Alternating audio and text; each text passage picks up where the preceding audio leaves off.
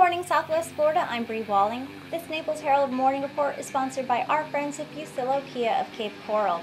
This morning we'll tell you about a man arrested in Lehigh Acres after his victim attempted to flee, labor unions nervous about Neil Gorsuch deciding their case this month, and more.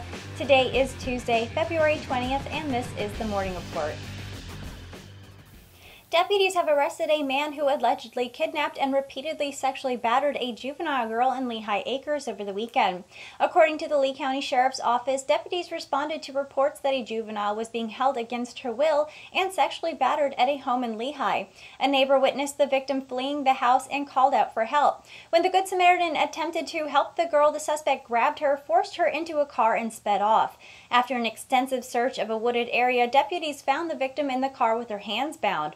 The suspect, 61-year-old Elgren Taylor, attempted to flee in his vehicle but was quickly caught. The victim was treated for injuries sustained throughout the incident, and a search warrant was obtained for Taylor's home. He's been charged with kidnapping and sexual battery and booked to the Lee County Jail. America's union leaders are about to find out if they were right to fiercely oppose nomination of Neil Gorsuch to the Supreme Court as a pivotal, potentially devastating vote against organized labor. Gorsuch holds the deciding vote in a case to be argued February 26th that could affect the financial viability of unions. The unions represent more than 5 million government workers in 24 states and D.C. who could become affected by the outcome. The other 8 justices split 4-4 when the issue was last in court in 2016. The court is looking at a 41-year-old ruling that allows states to require government employees who don't want to be union members to pay for their share of activities the union undertakes on behalf of all workers, not just its members. These fair share fees cover the cost of collective bargaining and grievance procedures to deal with workplace complaints. Currently, employees who don't join the union do not have to pay for the union's political activities. Conservative anti-union interests are backing an Illinois government employee who says that being forced to pay anything at all violates his First Amendment speech rights. He says he doesn't oppose the right of workers to organize, but says the right to say no to unions is just as important as the right to say yes. Labor leaders are fairly certain they know where the case is headed and are now focusing on how they might adapt to a world without compulsory payments and reconnecting with members.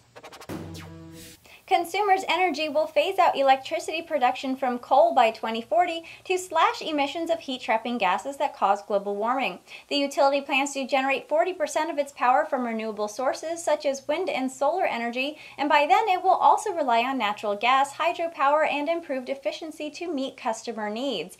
Consumers Energy and DTE Energy, which supply most of Michigan's electricity, are among many U.S. providers moving away from coal, even as the Trump administration boosts fossil fuels and seeks to unravel former President Obama's policies that promoted cleaner power. The Michigan Utilities president and CEO Patti Poppe said she believes they're going to be on the right side of history on the issue. Environmental groups praised the move after the utility officially made the announcement on Monday, but they also urged the utility to make the transition from coal to renewable resources in less than 22 years.